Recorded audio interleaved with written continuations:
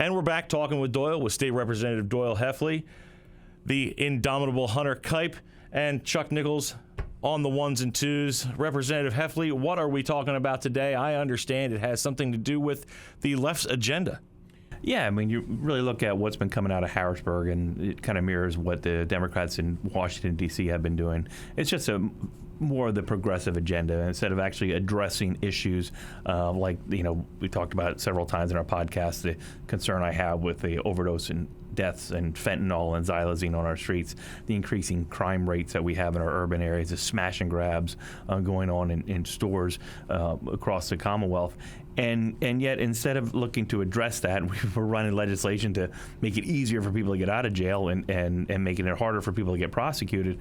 Now, I mean, the left, they've come full circle and really, kind of laid out their true colors, and they passed a series of bills that would pretty much destroy your Second Amendment rights. It would make it almost impossible for any law-abiding citizen to own a firearm. And I mean, we don't have people walking into jewelry stores with assault weapons.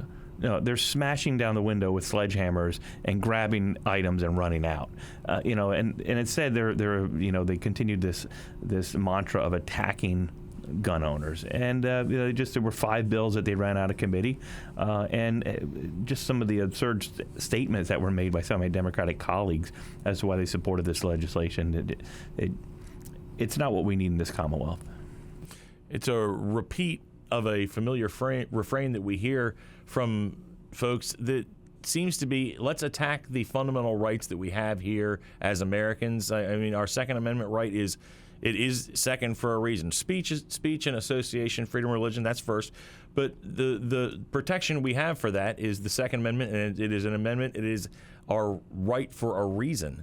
And it seems like they really want to attack the right, not the people, not the crime, not address any of the problems. And really some of the absurd arguments that they make. I mean, look, if you look at socialist movements or totalitarian movements across the world in the last 200 years, they've always started by banning weapons, whether it be banning swords, banning firearms. I mean, and so obviously this is a very socialist geared agenda.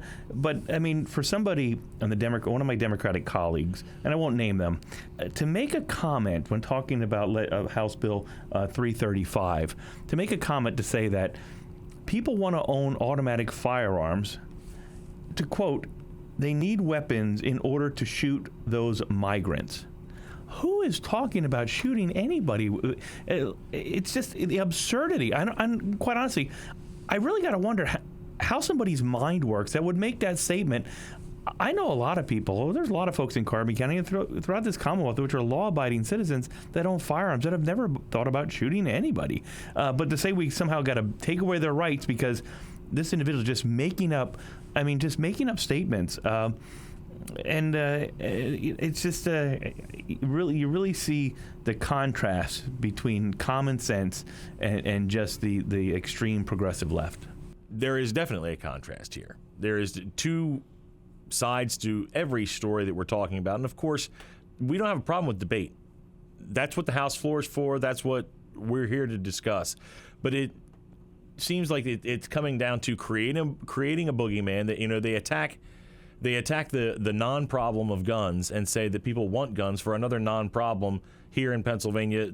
We're not really suffering a migrant crisis in Pennsylvania. No one in Pennsylvania is looking to shoot migrants with a gun. This is just absurd. They're just creating boogeymen for the sake of creating boogeymen so that they can point and say, we need to change one of the fundamental rights that everyone in our country has. Why? Yeah, I mean, really, if you're looking at how do we increase public safety, I think the way to do that, and I've always supported increasing the amount of law enforcement officers we have on our street, backing the blue, so to speak, and making sure that they have the tools and the resources they need, making sure that people that do commit violent crimes actually are behind bars where they belong and not allowing them to get out early. But to say that we're going to have, their solution is to fabricate some story about somebody wanting to shoot somebody else with an assault weapon, which is just the term assault weapon shows that they really don't know what they're talking about. But we had close to 700 deaths last year, tragically, from firearm-related deaths. Most of those happening in the city of the first class, where we have a very liberal prosecutor who's just not prosecuting people who commit murder. I mean, you commit murder with a firearm, you should be going to jail for life. Instead, they're just not prosecuting them at all, and that's a huge part of that.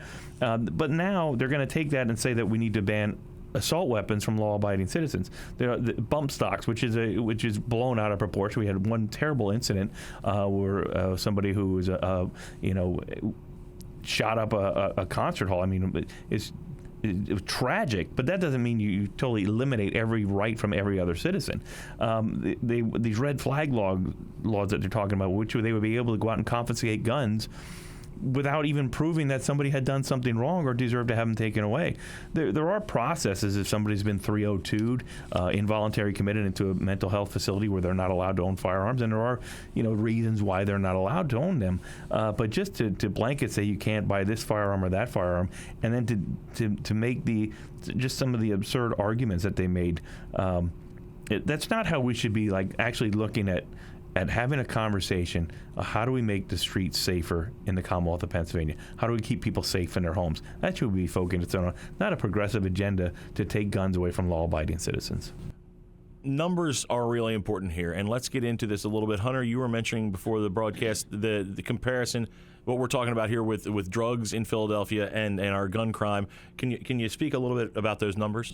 Sure. So even a couple episodes back, when we were really prioritizing the drug issue here in Pennsylvania was ranked top 5 out of the 50 states for most drug-related deaths, whereas in Pennsylvania we're ranked 22nd in drug-related assaults as well as deaths here in Pennsylvania. Or gun-related assaults and deaths. Yes, gun-related assaults and deaths. So even though it shouldn't happen regardless, obviously the issue here is something bigger when it comes to drugs than when it comes to guns here.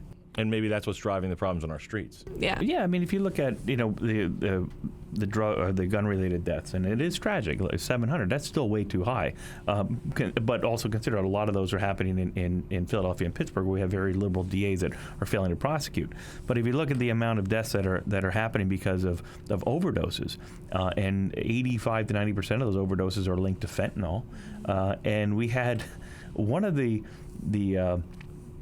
Democratic members who spoke out and voted for all these proposals actually had an amendment on the House floor to legalize xylazine, which is called Trank, which actually, if you mix it with fentanyl, takes away the effects of the what they call the Lazarus drug, or Narcan. So it negates the Narcan. So we're talking, they want to legalize fentanyl, legalize Trank, which would cause more overdoses, but then they say, well, they want to protect the public by taking away your firearms.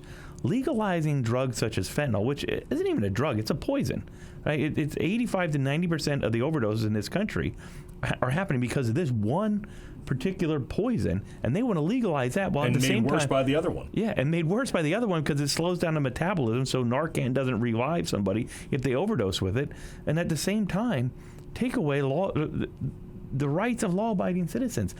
For the life of me, I really can't figure out what they're doing. And it just, this isn't leadership. This isn't governing. This isn't what our Commonwealth needs. And I really hope that moving forward, we can really come together and move legislation that are going to keep people safer in our Commonwealth. Feels like they're just doing this to get brownie points with some special interest groups, or to maybe raise some support among one group or another, but it doesn't seem like it's really going anywhere. It's not legislation that's seriously going to succeed. No, well, I don't think the legislation will get passed, but I can tell you we're 2 votes away from the Senate, and this stuff will get passed because Josh Shapiro supports this. Right. And our Pennsylvania Supreme Court, a very liberal court, would support this. And this is nothing that Pennsylvanians are voting for or wanted.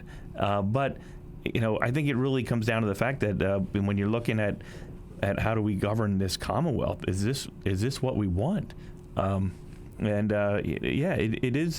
It is scary, and there are people that voted for this that want this. This is their agenda. This is what they're pushing for. They don't want people to own. They don't want law-abiding citizens to own firearms. Period. It is their agenda. So while there may be some that are looking to score political points with their base, I think the scarier part is there's a large percentage of these people that this is their belief. They don't have the trust and the confidence in the average citizen so that they feel that they can be responsible to own a firearm, responsible to choose their own doctor, responsible to pick their own school for their child, responsible to buy the vehicle that they want to drive back and forth to work. I mean, this really goes to the root of the difference between the progressive left and even the moderates or conservative movement. I don't have a concern about my neighbor owning a firearm. I do have a concern if my government wants to legalize fentanyl and trank. I do have a concern if my government wants to take away my right to where I can send my children to school, and I do have a concern if the government wants to take away the right to what doctor I can choose. But this is what's coming if we let it happen.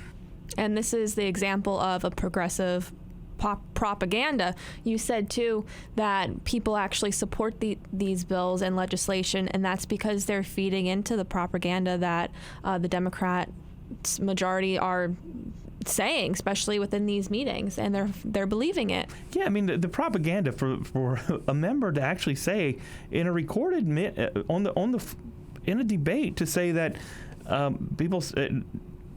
He suggested that members have said they need weapons in order to shoot those migrants. There's nobody that wants that. It's insane. It's insane. But to make that, that's where this individual, to make that kind of statement, it's very bold. It's absurd, and it's what's wrong with politics right now. It's why we waited 9 months to get a budget done in this Commonwealth. It's why after-school programs are shutting down, and it's why there's so much bitterness in society because of the rhetoric.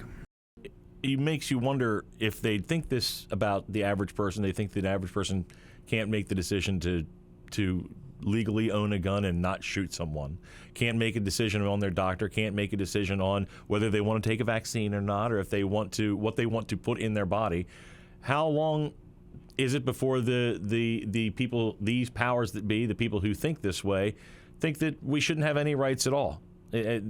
Why should these people have a right to choose who leads us? Why should they have a right to choose anything? And I think it goes beyond that. I mean, we mentioned earlier at the top of the podcast about our First Amendment rights, the right to freedom of speech. But yet you have these same folks that are pushing this agenda to take away your Second Amendment and say, well, they support the right to free speech. No, they don't.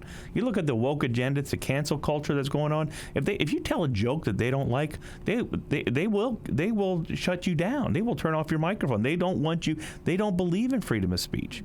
And if you look back through, it's a scary agenda when you look back at history and you see how different fascist regimes and socialist regimes have taken over in a society. First they want to ban weapons, then they want to ban free speech, and then it's step one by step at a time. Yeah, and our freedoms are valued. They are enshrined in our Constitution, but we've seen our Pennsylvania Supreme Court just rewrite the Constitution. They actually had the audacity when a constitutional amendment was passed by the voters in the Commonwealth of Pennsylvania to declare it unconstitutional. You can't declare it. But this is the audacity that they have, and it's what we're really battling against here in Harrisburg. They don't want us to trust ourselves. They want us to question everything we do and only put the trust in them. For instance, another colleague said that we shouldn't have guns because we have our military to protect us. Well, I'm grateful for our military, but at the same time, I should still have the right to bear a firearm as everyone else here should. And coming from somebody that put their right hand on the Bible or whatever book they go hold by, dear, hold dear, and swear an oath to uphold the Constitution of the state of Pennsylvania, the Constitution of the United States, that's an absurd statement to make. I mean, yes, we have a military, and there's a lot of folks that stood up to defend our nation, but as citizens, and part of what they're defending is our right to bear arms and our right to freedom of speech. And as citizens, we have that right because we're the freest nation in the world. I just think that anytime, if we lose or give up that right, you will never get it back. In Canada, for example, there's not freedom of speech. There's not other countries don't have the Second Amendment. That's what makes us unique. And I can safely walk down the street in in anywhere and feel safe knowing that my neighbor or other folks may be owning firearms. But when we don't feel safe is when we walk through communities where we have a district attorney who isn't prosecuting crime. They know that somebody commits a crime, there's going to be no consequences to it. So, this is just more absurdity from the left, and unfortunately, this is a very real threat to our freedoms.